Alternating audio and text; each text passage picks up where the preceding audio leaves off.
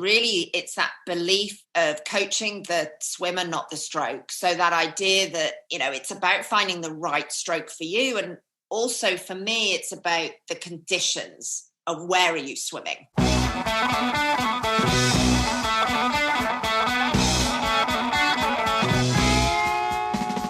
Welcome to the Löw Tide Böyz, a Swimrun podcast. I'm Chip. And I'm Chris, and this is episode 79 of the show. Amazing.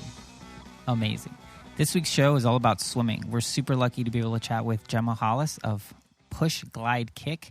She's a swim stroke and mechanics expert, and we basically pick her brain on all things swimming for Swimrun, which is a topic that we get a lot of questions about. So you want to get your notepads out for this one. And pencils. And pencils, not just the pads. You definitely want something to write with. If people still write. Do people still write? Or get your phones out and take notes on your phone. Yeah. I mean, that's what I do. Anyway, Same. More on this later in the show.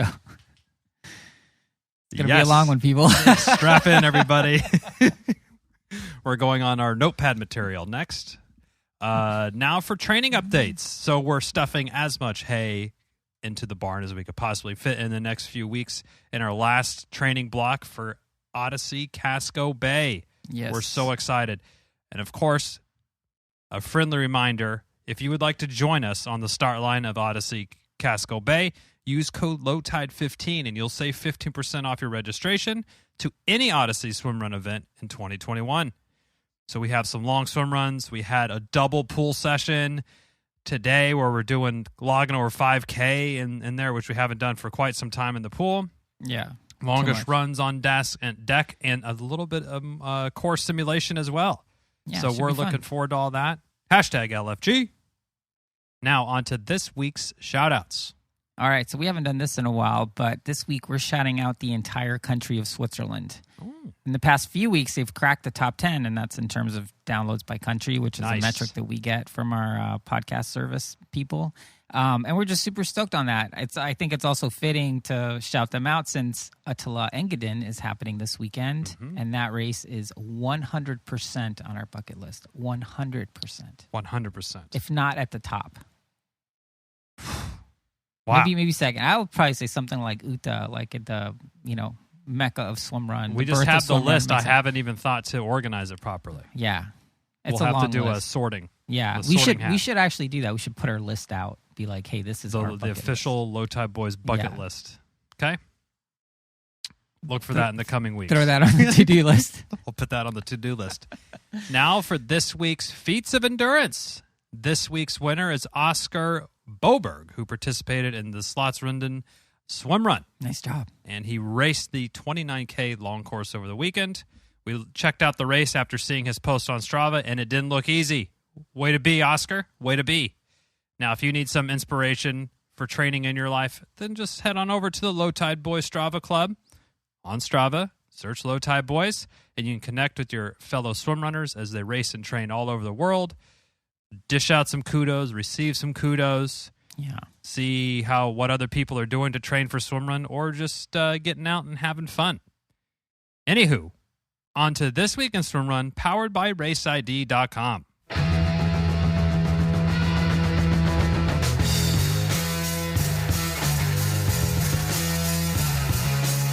Well, here's all the swimrun news that's either fit to print or that we were able to glean from Instagram. As mentioned above, the Slottsrundan Swimrun took place over the weekend, and it looked like a really cool event. The event takes place on the coast of Lake Mälaren, and the course stretches along Rosersbergs, Stening Castle, and Sigtuna. Fun fact, that lake has 594 reviews on Google with an average rating of 4.5 stars, which I don't know you could review a lake, but that seems like a, well-reviewed lake. The lake was wet. Would swim again. Yeah, clean. It's race week for Brecka Swimrun's Coniston event, and this will be their first race in the UK in like 20 months. Wow. So we're stoked for them to be back hosting events. They have a nice little hype video on YouTube, which we've linked in the show notes, so you can see why this race looks pretty cool, especially the runs. The runs look pretty epic. In Uttala world, all eyes are in Switzerland this week with Engadin taking place this weekend. This was the first Uttala race outside of Sweden and helped launch the international swimrun movement. If you want to know more about this event, check out our Engadin course preview episode and learn why we are really trying to convince our wives to let us go to Switzerland sooner rather than later. And bring them. Of course. Yeah. And be sure to check out our Instagram page. We've resurfaced some memes. Yeah. So from Engadin specific memes if you're looking for memes about big Spoiler hairy alert, cows. Check it out. In a little bit of in the bummer portion of the news, Uttala 1000 Lakes has been canceled for 2021. Registered participants should be getting info from Uttala regarding their options. Germany has general elections that weekend, and the city of Reisenberg, where the race is being held, said they were unable to get enough volunteers to support the races. On Uttala's website, it says that participants will either receive a refund of 95% of their race entry fee, or they can move their registration to another Uttala event. So that's a bummer, but hey, what are you going to do? Hopefully the bummer portion of this ceases to exist after much longer. Yeah, no more bummer news. I thought we were out of the bummer woods, but thought so too. Not so much. In other news, We Swimrun from Wales have a couple of events on deck that look pretty cool. First, on September 18th, they're hosting the Tal y Lind Swimrun in Snowdonia National Park in Wales. This race has a really cool format where swimrunners run on a loop course consisting of 2 swims and 2 runs, and they have 6 hours to see how many laps they can complete. Yeah, definitely something new. Less than 2 months later, they're also hosting the Dovey Swimrun on October 2nd. That registration for both events are open now, and if you're in Wales or want to go to Wales, always wanted to check out that part of the world, definitely check out these events because they both look really, really fun. That's it for this week. Feel free to email us to tip us off of any events or swimmer news that you'd like for us to share on the show. Now for Löw Tide Böyz updates. So if you're looking to show off your Löw Tide pride at an upcoming race, at the pool, Costco, Starbucks, wherever you go, and you want to rep the Löw Tide Böyz or Swimrun, well, head on over to our site. We got some new stuff in the store. A little soft launch we did. We threw it up there to see if anyone would notice. No one has yet. No one has. So we're just like, we're giving a little bit more. We're still soft launching it. We don't want to make an official announcement, but if that has convinced you enough to click. Yeah, if that has piqued your interest, just head on over to the Löw Tide Böyz store and poke around there and see what's coming up. Additionally, if you are racing Casco Bay in August, you need to join us at the inaugural Löw Tide Böyz post-race after party co-hosted by Ödyssey at the Lone Pine Brewery. Yeah. Link in the show notes. We'll be there from 5:30 p.m.-ish until they close at 8 if we're still awake and standing up. We'll be sharing more details about this as we get closer to the race, but be sure to mark it on your calendars. Yeah, and this was a recommendation from local and race winner John Stevens. So, knows a thing or two a thing or two in Casco Bay. Yeah, exactly. Now, on to this week's interview with Gemma Hollis. Yeah, so we first heard about Gemma from Lars at Ödyssey Swimrun and figured since he went to her for swim analysis that we should definitely be chatting with her since he's an awesome swimmer. It was great to chat with her and talk about her passion for swimming, which was definitely on display. Her energy was just infectious. She was awesome. We spoke to her about her journey to become a swim coach, her thoughts on swimming or on teaching swimming to adults, her opinions on optimal stroke rates and all sorts of stuff for swimming for Swimrun. And then we talked about this amazing pool that she has in her backyard, which is, if you go to her website, you'll see this pool. It's amazing. And you'll get jealous immediately. Yeah. This interview is action-packed. Gemma was awesome. We think you'll enjoy. Yes. So, without further ado, push, glide, kick your way to this week's interview.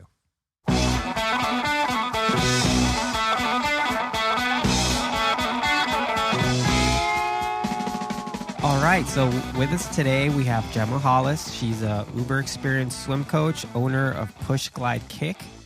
Welcome to the show. Thank you. It'll be fun. Yeah, we're really excited to have you on. You were referred to us by one Lars Finanger, because I guess you did some work with him. But before we get into swimrun stuff, why don't you tell us a little bit about yourself and how you found yourself into becoming a swim coach? Yeah, it's kind of a swimming and water has always been my thing. Growing up in the UK, the swim team type stuff just wasn't as accessible for me where I was living. So it wasn't a sport. I could swim, and I was always swimming. We swam at school, but I didn't go beyond that. But just always loved water and swimming. I scuba dive, water sports. I used to do whitewater kayaking, that kind of stuff. So super fun. I was in the corporate world. We were living overseas in Dubai, and I was just fed up with that rat race. And I was just having one of those conversations with a friend, and it literally was, if you could do anything in the world, what would you do? And I said I'd be a teacher, but I would just love to teach something that mattered. So, swimming for me is a life skill, whether you're going to be a swimmer in the true sense, or it's just a life skill. And it was one of those dream, if you could do anything. And literally 3 days later, she phoned me and she was like, there's a post on the wall. The Australian swim school was in Dubai, and it was a learn to swim entry level training course. And it was like, oh my God, I need to do this. And it literally snowballed from that conversation. And long story short, I ended up quitting my corporate job. I started with a swim school doing, normal entry into stuff, learn to swim with kids. And I then set up a women's only swim squad, because in Dubai for the nationals, it was kind of just more complicated to swim because of clothing and that kind of stuff. So I just loved it. I loved the helping people learn something that was life-changing. It sounds so dramatic. At this point, I was doing some triathlon, and, as a natural swimmer, triathlon, learning to ride a bike is much easier. And I could run, and I met all these people who were signing up for triathlons who'd never swum, and that kind of blew my mind. And I'm like, you're mad. And it was that's kind of the way I gravitated. So that kind of adult learn to swim, but also then that open water. For me, I would swim open water all the time if I could. It's just freeing. It's beautiful. So and I naturally was drawn to stroke correction and the mechanics of swimming. I did physiology and biomechanics at college, and I just loved that detail and that analysis, and that, there's some amazing true swim coaches, and that's not my background, but I just found that part of swimming that just fascinated me, and I just seemed to have an eye, and it was something that I just really, really enjoyed. And as part of my kind of training and development, I hooked up with Paul Newsome at Swim Smooth and did some training with them, and they're true open water specialists. And really it's that belief of coaching the swimmer, not the stroke. So that idea that, it's about finding the right stroke for you. And also for me, it's about the conditions of where are you swimming? Yes. And that's where, and as a triathlete, that's huge. And anyone swimming in open water, no bit of water is the same. And even the same water can be different on different days. Exactly. Everything kind of funneled into totally finding what part of swimming I loved. And I'm just really fortunate that there is a gap in that market. And I now, we then moved to the US, and I was living in California, we were outside Santa Cruz, so I was able to swim out there Nice. My development in triathlon got better, and that side of meeting those kind of people. And when we moved to Texas, it became, okay, if I'm going to make this a full-time business, then, this is where we then decided we'd build the pool, and I just totally committed. Everything else in life, job-wise, went away, and this became 100% of my working career. So, Gemma, give me a sense of the timeline. So you're in Dubai, you wake up and you're like, I'm going to follow my dreams, which, for everyone listening on the show, I don't know too many people who do that. So it's amazing. Ideas are cheap. It's another thing I always say, right? That was 2010. Awesome. So then 2010, so fast forward basically, 10, 11 years. To California in 2014, and we came here in 2015. So it absolutely became my life in 2015. Awesome. Wow. What an awesome story that it felt, it just, everything sounded like it clicked for you and you found a good groove. It's been perfect timing, and living here, this is like just the most perfect place to do this because we have the climate. I mean, it's not a huge, there is an open water swimming community here, but it's not as big as you'd get on either coast, just because our open water isn't particularly great, but it's a huge area for triathlon. Yeah, yes. Definitely. I mean, Ironman has like 10 events there now or something. It seems. Exactly. So let's talk a little about, so you're talking about stroke and stuff. You have this wealth of expertise that you help triathletes and swimmers, adult swimmers, learn to swim, which to me, it's I think the way you mentioned it is right. It's like, it's super important. It's a life skill.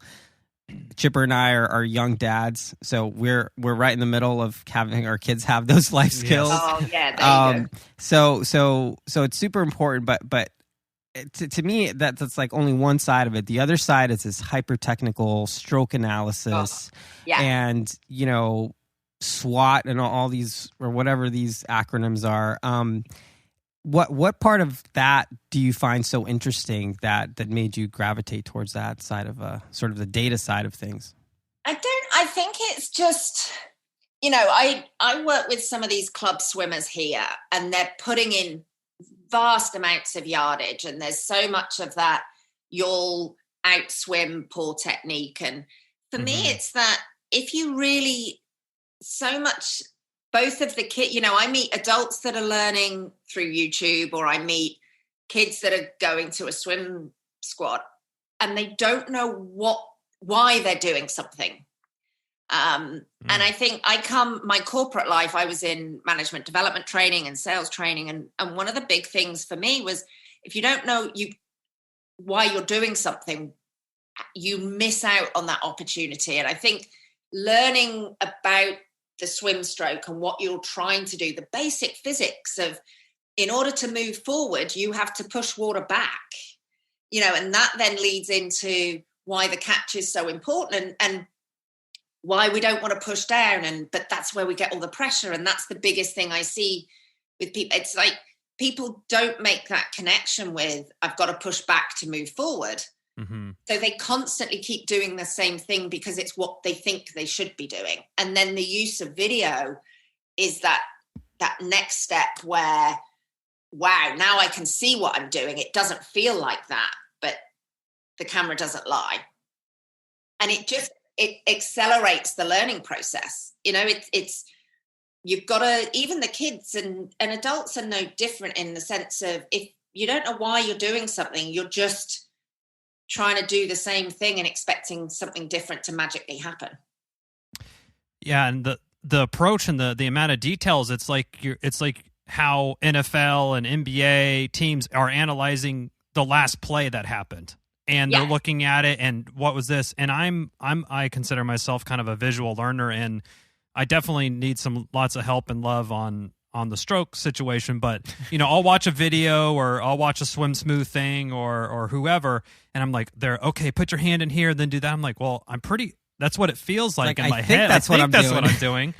But I think the video is a really helpful point in that. And like, oh, I know you think that, but here's what's actually happening, and being able to kind of show people and then see the correction there is so powerful.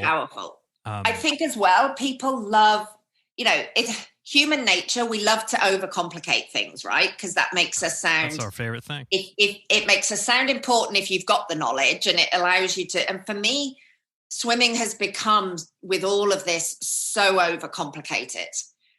And for me, I want to kind of strip it down for people. There's so much cause and effect. So if you've got a list of 20 things, you see it on a blog somewhere, or somebody posts it on Facebook. Here's a video, analyze me now. And you get 100 different comments from people really well-meaning, and they want to help. But where do you take that? What do you do with that information? And so much of it is, well, there's no point talking about your catch if your entry's wrong. Because if your elbow's below your wrist, you can't catch without pushing down anyway. So, and that's where it gets so frustrating, because people keep trying to focus on something, but they're focusing on the wrong thing. And then you just get frustrated. Yeah.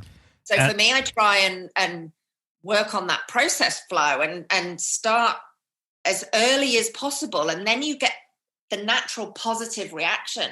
So instead of somebody coming and you give them a list of 30 things they need to work on, it's like, let's just work on those early steps and see that positive change, because cause and effect, you will naturally see something develop. Sure. There's probably some like low hanging fruit there that if like, okay, if we work on 3 things for the next 3 months, you're on your way. Now, let me ask you a question. So as someone who thinks they're a great dancer, and then I look over and my wife is giving me like the stink eye, like, what are you doing? What do you think it is about swimming in particular where everyone thinks they have great form, but then when you put them on video, it's horrendous? Like, what is it about that muscle memory? Do you think that? To be honest, I think it's because we're in water. And our proprioception, so where we're aware of our limbs, when you're in water, you're almost weightless. On land, it's really easy to feel. If you close your eyes, you know where your limbs are because gravity is working against you. Right. Put yourself in water, you're floating. You also have far less awareness from what you can see. And we just we're not designed to be in water. So we've got reflexes that we don't even know, like breath holding. We're designed to hold our breath. Something as simple as blowing bubbles. I see that all the time. People are holding their breath when you swim. Well, no wonder you're getting out of breath. But it's a natural reflex. So you don't think about it. And you're blowing bubbles before you inhale. You just forget that you've been holding them for 2 strokes earlier. Yeah, everything feels good in the water. That's a really good point. When you're out running and you can feel if you're wobbling around or you have a misstep or something, but in the water, it kind of camouflages those things. And absolutely. It's like being in space. We're weightless. Yeah, haven't been yet, but it's on the bucket list. Have you not? No. Yeah, he's I'm trying to send an email to Bezos, but nothing has come of it yet. Yeah, he just Bezos at Amazon.com is not working for you. I'll try another one. Jeff, maybe? Yeah, maybe. I really liked how you touched on earlier that you don't prescribe one type of stroke or a certain technique to the swimmer. You do it based on how it is, because we're not in the deepest swim communities that there are, but the high elbow or the early vertical forearm, like these are all kind of trendy topics, or you'll hear people talking, oh, Michael Phelps does this, or the really elite swimmers that are in the Olympic trials right now, they have this sort of stroke. And then everyone, some people probably go to rush to try to change themselves. Well, if it works for Phelps, it's got to work for me. But I'd love to kind of hear why you don't try to prescribe one single stroke across the board. Well, quite simply, think about line up at the next race, all the swim runners in a line. They're different heights, different builds, different swim backgrounds, different levels of shoulder flexibility, different ankle flexibility, different arm lengths, different, that wingspan can be the relationship between the arms and the body. All of that is so different. So why would we expect everybody to do exactly the same? Yeah. And that to me is, and this is very much that kind of swim smooth methodology. There's definitely commonalities, and sure, you can definitely group things together. But also not just your swim background, but your athletic background can be very variable. And especially when we're talking to adults, it's like if someone's been swimming since they were 5 and they're now 35, 30 years in the water is very different to someone who's, been in for a year. Yeah. Yeah. And I think that just becomes, how can, Phelps is 6'5", whatever, to hands to his knees, and other people have got short arms, and, right. They're asking me, well, where should I be entering? And for me, it's all about a feel, get the right body position, feel your posture. I mean, our shoulders, I would love to have the shoulder flexibility of an elite swimmer. And that's why they can have their hand at a certain angle and get away with it. Mm-hmm. and that's the big thing. We've got to work with what we have, not what we aspire to have. Yeah, that's a great way well, to. It's kind of a bummer. It's a bitter pill to swallow, but it's true. Yeah. Unfortunately, I'm not going to be true. Michael Phelps. Okay. I know. I'm sorry. That's the first thing I break to somebody.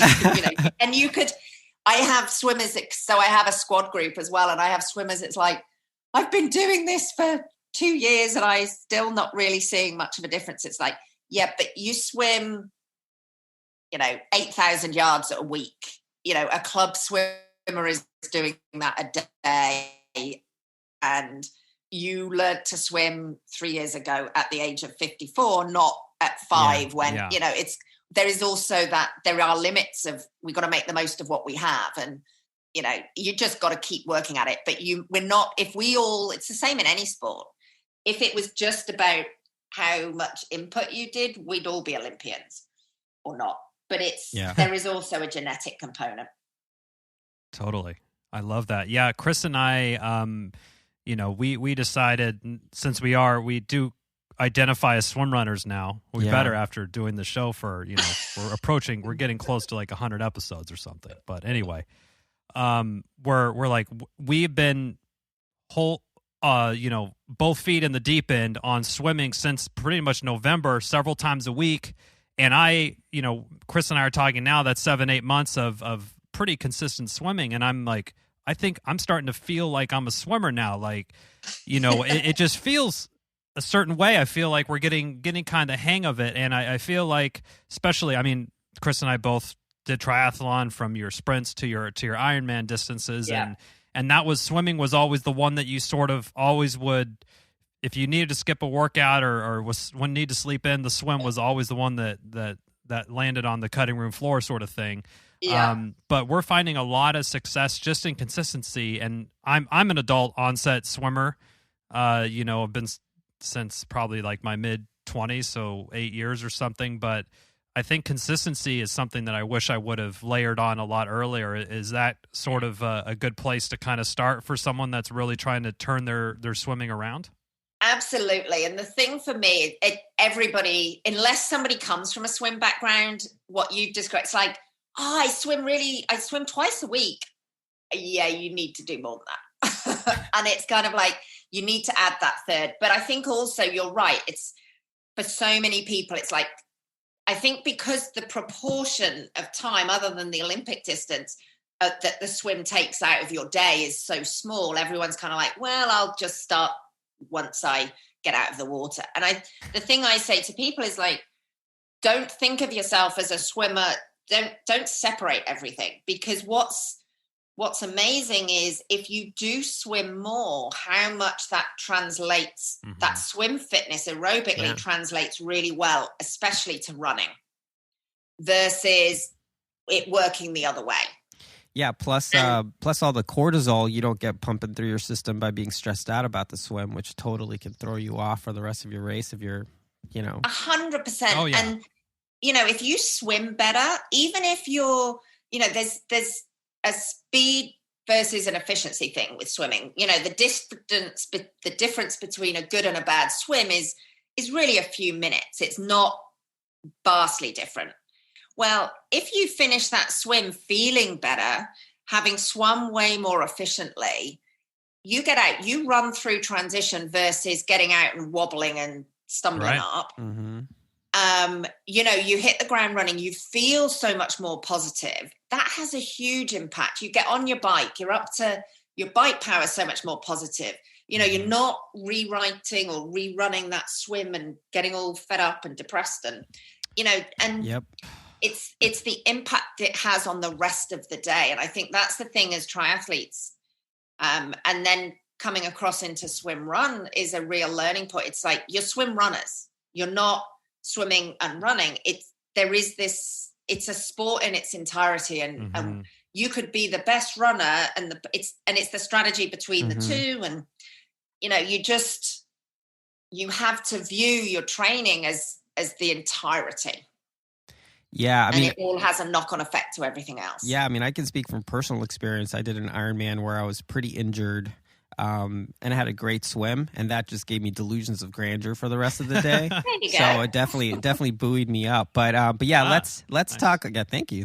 Speaking of buoys. Let's talk. Yeah, let's get it a little bit more into. Let's talk a little bit more about swimrun. So you alluded to it. You know, swimrun is a new sport. You've worked with Lars Finanger, who's one of the OG swimrunners in the U.S. Top brought the first American race. swimrunners for sure. To the U.S. and there's a lot of things that are happening in the sport, right? There's a lot of evolution that's happening. No one's figured it out completely, but it looks like the big pull buoy with big paddles, that seems to be where the pointy end of the sport is going. Now, in your, sort of working with Lars and just witnessing the sport, what's your opinion as to where kind of the technology of swimrun is going before we start breaking down a little bit more swimrun swimming? I'm really excited about the development is going, and I think the technology is going to help, but also I think I don't want it to become too much about the tech and lose that purity in the sense that yes, the tech around what you're wearing and your buoys and paddles, but I think it's also about that balance of all of that and making sure that you're building your engines, and those are the optional extras. They're not necessities for it all. If that makes sense. I think part of the charm of the sport is this adventure racing part of it, and I think one of the things for me coming into the sport that is a breath of fresh air is triathlon used to be like that, and it's got so much more. Everybody wants the swim cancelled. They want it wetsuit legal. They want it, and it's kind of everything downhill, even the swim. And that really upsets me because, especially as someone with a stronger swim, it's like I don't want it to be wetsuit legal unless it should be.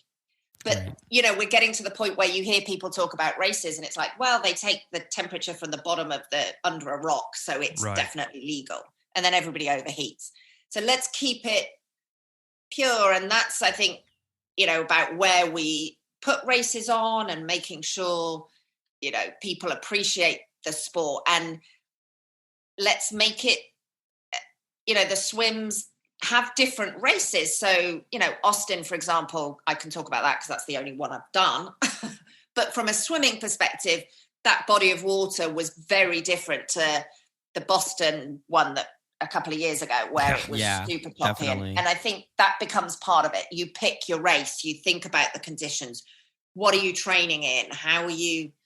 That to me is the exciting side of the sport. And the tech just supports all of that. Let's dive into the tech a little bit. So I know there's so many different ways to take this, but I think especially in the U.S., a lot of swimmers or triathletes and swim runners are doing most of their training in a pool. Yeah. And I feel like a lot of what we see over in Sweden and in Europe, there's a big emphasis on open water and being out more in nature. So that's one whole aspect, but we'll talk about that later if we get there. Yeah. But let's talk a little bit about the gear, because like Chris talked about, it seems to be, at least at the pointy end, bigger is better. Your buoy is bigger. You're going to have better, body position, bigger paddles. You can move more. That's not necessarily true for everyone, similar to how one stroke doesn't apply to everybody. Yeah. So I would be curious to hear kind of your thoughts specifically around paddle sizes on one, if let's say you've been training in the pool at some consistent manner, and you do use paddles a little bit, so your shoulders aren't going to get blown out, and then with 5Ks of swimming or whatever. Tell me a little bit about how you think about paddle size for open water and stroke rate and things like that. Well, I'm going to drop the bomb where I don't think bigger is always better. So I think the difference is, and I see it even just with training in the pool, bigger paddles are fantastic if you have a great catch and pull. So if you've got great swim technique, you can get away with that bigger paddle, and you're not adding all that downward pressure through your stroke, which is going to affect your shoulders. Mm-hmm. And this is where it comes down to the swimmer and the background to the swimmer. And the other problem with it is naturally, the bigger the paddle, it's going to reduce that stroke rate. Right. Yep. And that then becomes about those conditions again. And if you've got unpredictable, choppy water, that slower stroke rate for most people is not what you want. Because, you're not going to get that consistency. It's one thing in a pool, which is really controlled conditions and much calmer water. You may be training really well with these big paddles and you get in open water and it's super choppy and suddenly, it's so disturbed. You're just not getting that connection and you're slipping through, and that's going to put so much pressure on your shoulders. And then someone comes through with this nice rhythmic stroke and you're like, but I always beat them in the pool. I know who it is. And so I think you've got to try different options and consider the conditions that you're swimming in. So as a follow-up question to that, would you say it's a better way to look at it instead of thinking what size paddles I can get away with, to be like, what would be the optimal stroke rate for an event based on conditions? Yeah, I think so. And therefore, what can you maintain? What size paddle can you maintain with? How, if and I think this is about picking the races and doing the research, especially if you're aspiring to be at that pointy end. It's like, okay, I know it's going to be choppy. I know I've got waves to deal with. How am I going to swim that? What is my fastest way to swim through that? And in which case, then what paddles are going to allow me to do that? And that was one of the things Lars and I did. And even just swimming, I think we tested it with a 200 or something, when he had the bigger paddles and he felt like he was pulling more water, and that seemed really good. But from the video, we could see the stroke breaking down. There was definitely more dropping at the elbow, where he was versus the smaller paddles. And then it was like the fatigue that started to kick in. So again, what distances are the swims? You may be able to get, if you've got short swim intervals, you maybe get away with bigger paddles than if you've got less but longer swim intervals, if that makes sense. Yeah. I mean, this is all so fascinating, and Chris and I we're doing the Ödyssey Casco Bay coming up, and that has and we're not at the pointy end. We're not at the pointy end. Just to put that out there. So what's that, like 6 to 8 Ks worth of swimming, depending how 8,000 yards of swimming. How good your sighting is. Yeah, we could turn that into a 10K day, no problem. That's a whole other skill. Yeah, man, we can have you on for another hour. So we've been our friends of Swimrun Labs, Chris and I, when we try to get sciencey about something, we say we're stepping into the labs. So we've been stepping into the lab recently about paddle size and kind of stroke rate. And we did this nice little swim run yesterday where we were doing a 10-minute run followed by a 5-minute open water swim at above race pace. And Chris would have on the medium size Frank paddles, these carbon fiber paddles. I hope you've heard of them. If not, we'll get you connected with Frank. And then I had the mediums, and then we would switch on the next round. And it was really, now going back, and the Garmin's have all the data, so it was really interesting for myself. I found with the medium paddles, my stroke rate was about, I think it was 2 or 3 strokes more than with the large paddles, and my sort of like perceived effort in my shoulders or during the activity, it felt that I was moving, or I think that the actual pace wasn't that far off, or it was negligible, but the effort felt more with the larger paddles, and the stroke rate was much lower with the larger paddles. And I think that's a huge part, right? That perceived effort is a measure you definitely have to factor in, because that's then that mental strain and that perception of, oh my God, especially if you've got long swims. Yeah. Well, yeah, and I think so since December, I think we actually signed up for swim coaching. We're working with Tower 26 and Jerry Rodriguez, who we had on the show a while back. For me, let me just say, I have, since it's turning into confession time, I have much more work. I have much more work to do in the pool than Chipper. Like, he's a better swimmer than me, so I feel that's all right. You've got a tether. Exactly. But he doesn't want to lead all the swims, which I'm working on. So, Rude. so I have to do some work. But yeah, so our Swimrun IQ is super high, our run's dialed in. So the only way to get faster in the sport is to become better swimmers. So I kind of went all in on that, was going 4 times a week. And one of the things I found really interesting was developing what 70% means, what 80% means, what 90% means, and what 90% means after you've done 3,000 yards of hard work. That 90% feels like 102% or something.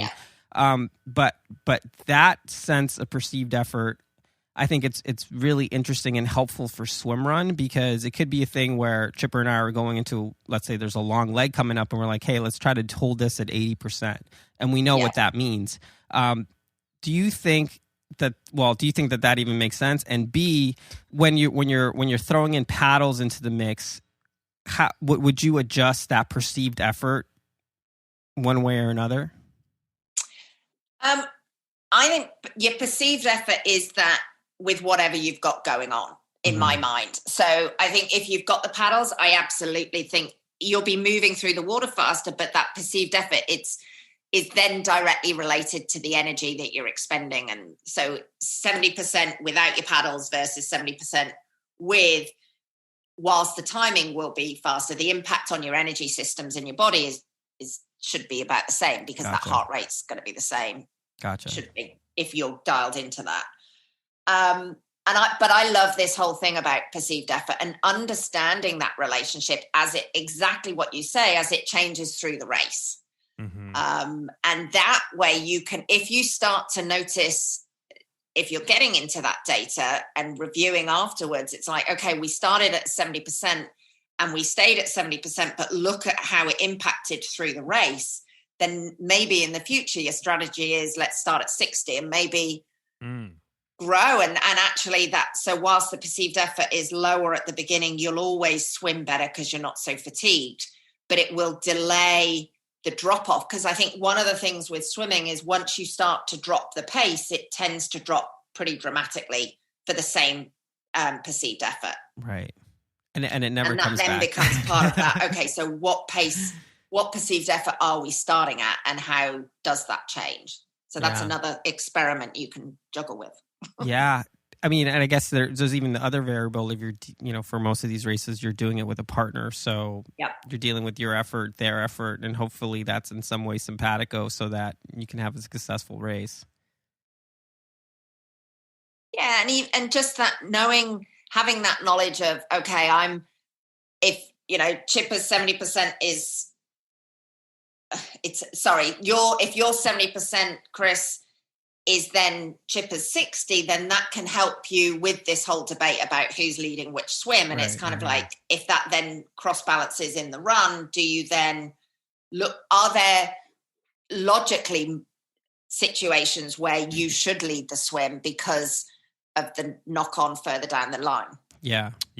And that's, that really, and that's getting into a really advanced place from a tactical perspective about, I guess we're close enough match that we can kind of alternate during some longer swims. And hey, if we can both do 80% net, that's higher than me pushing just 70 for longer kind of thing. Exactly. So that gets to a pretty cool place. Awesome. So look at you two in a year's time are going to be like at the pointy end.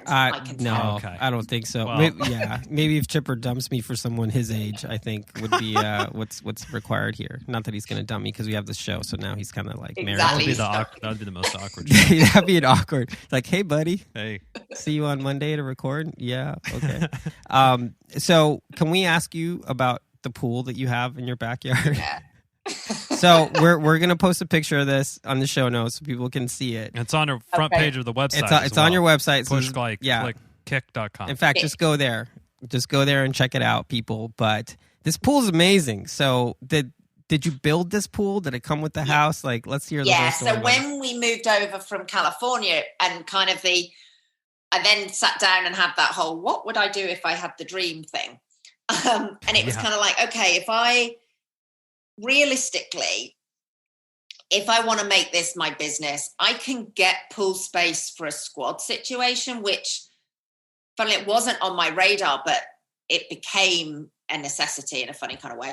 But if I'm going to focus on stroke correction and work with adults and kids, what would the ideal pool look like? And, you know, you need the lap, but then also having a little bit of another area that's got a bench in so the little kids can use that. And then also thinking about resale value. If it's just a lap, does that make it not so appealing? And yeah, a lot of consideration. So we kind of did that blue sky, and then it was like, okay, this is going to happen.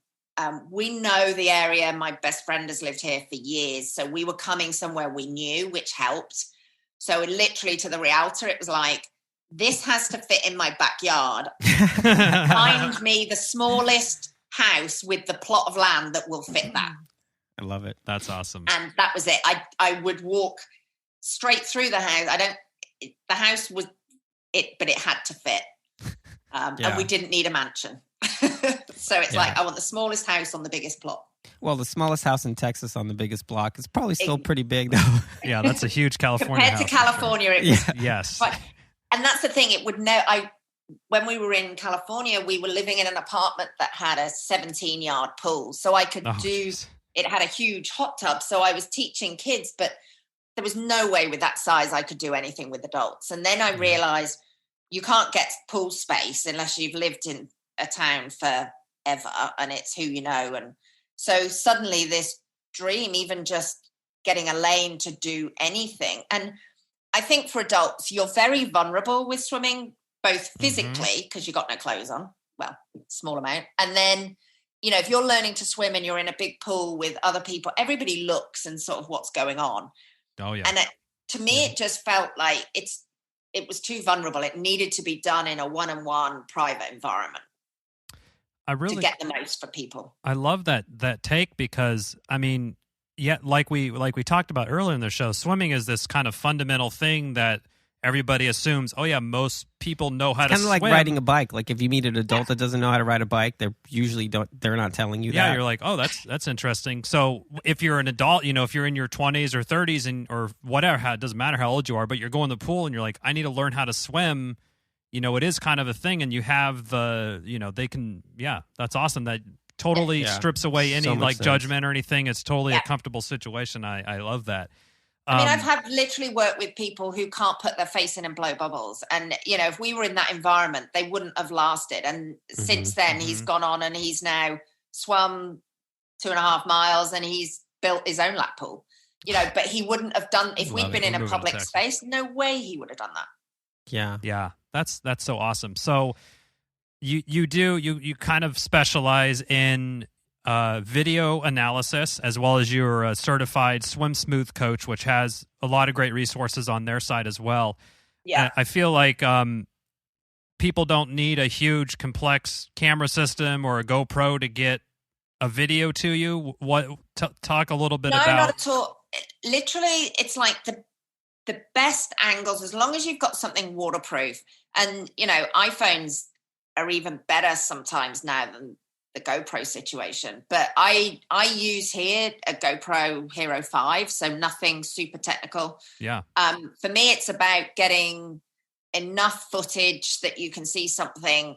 And I'm looking for above the water from the side, above the water from above, which is the best angle that nobody ever gets. I'm looking for underwater from the side and above underwater from the front. And those normally will give me enough to do it. And it's been really fun, actually, with, you know, Zoom and stuff. It's possible to do remote analysis. What I don't do is people don't send me videos and then I just send back a commentary. I always want it to be two-way. So we'll do it through Zoom and we'll share screens and we'll video and kind of record the whole thing. Awesome. Because for me, so much of it is the background for the person. So I need that insight from them. If I just get sent a video and, you know, do the analysis of what I'm seeing and this is what you need to do, the buy-in from that other person isn't there. And also, I think my understanding, they may be doing something for a reason. Yeah. And if that isn't provided, but it would come out in a conversation. Yeah, I mean, and it's like, I think it's an unreasonable expectation for people to think that you're like a swim whisperer, that you see a video and you be like, oh, this person must have had a shoulder injury when they were early in life. So that must, it's like you have to talk to people. There's the only way to really get a sense of what's going on. Exactly. And then just the stroke correction work is really fun too. And because sometimes, I had a lady today, for example, that came to do a video analysis. And we ended up not doing the video analysis because actually it was far more beneficial for where she was to spend the time in the water. So I think that's what I love about what I do, is having that flexibility, again, to work with the individual. And it's that, I could have gone ahead and prescribed and done what she thought she needed. But in the end, it was far more beneficial to turn that around and do it in a slightly different way. It's almost like swim therapy. Exactly. Oh. And the Is couch, that why I'm feeling so good right now? and your couch, is the lap pool you have in your backyard. Exactly. I love it. Wow. Do you charge on the 50-minute or how? Awesome. Hilarious. Well, Gemma, and thank you so much for taking the time to chat with us today. The website is pushglidekick.com. Yeah. You can also email pushglidekick@gmail.com. Exactly. Very and reasonable. If you guys are in Texas, come check us out. Yeah, well, we'll be in Texas. We'll be in Austin. Texas for the it's a little bit, Austin. I think it's a little bit far away from where, because I think you guys are north of Houston. But yeah, if we're ever out there, we'll definitely come say hi and hang out in your pool. Well, and I shall come. I'll be at Austin again. I'll try not to fall over this time. Great. Hey, yeah, I fell over too. We'll see you there. Not falling over. Yeah. Exactly. Well, awesome. We really appreciate you coming on and chatting with us. Obviously, you're a huge iceberg of knowledge that we barely even scratched the surface of. I feel like you probably get the impression I can talk for a long time. No, that's great. I sensed that a little bit. We got but that. I get that same for myself. But Chipper he's a podcast whisperer, so he go. can sense these things. But yeah, Gemma, thank you so much for coming on. I appreciate you taking the time. All right. See you around. Thank you. Bye. Thank you for listening to the Löw Tide Böyz, a Swimrun podcast. Make sure to subscribe wherever you listen to your podcast and leave a review on iTunes if you're so inclined. You can also sign up for our newsletter at lowtideboys.com. That's boys with a Z. And check out our meme page at the Löw Tide Böyz on Instagram. If you have any questions or suggestions for the show, drop us an email at lowtideboys@gmail.com. We'd like to thank Writing Easy Records for our show music, and of course our wives for their support and tolerance of our swimrun activities, hobbies, and other bullshit we do. Finally, you can support our efforts on Patreon. Until next time, get out there and go for a swim. And then a run. And then another swim. Then another run. And then another swim. And then run to the finish line. And just keep going until you're done. Yes, or until run you to cross the finish line. Or run to the car. Or run to your car. Somewhere. Just keep running. Peace.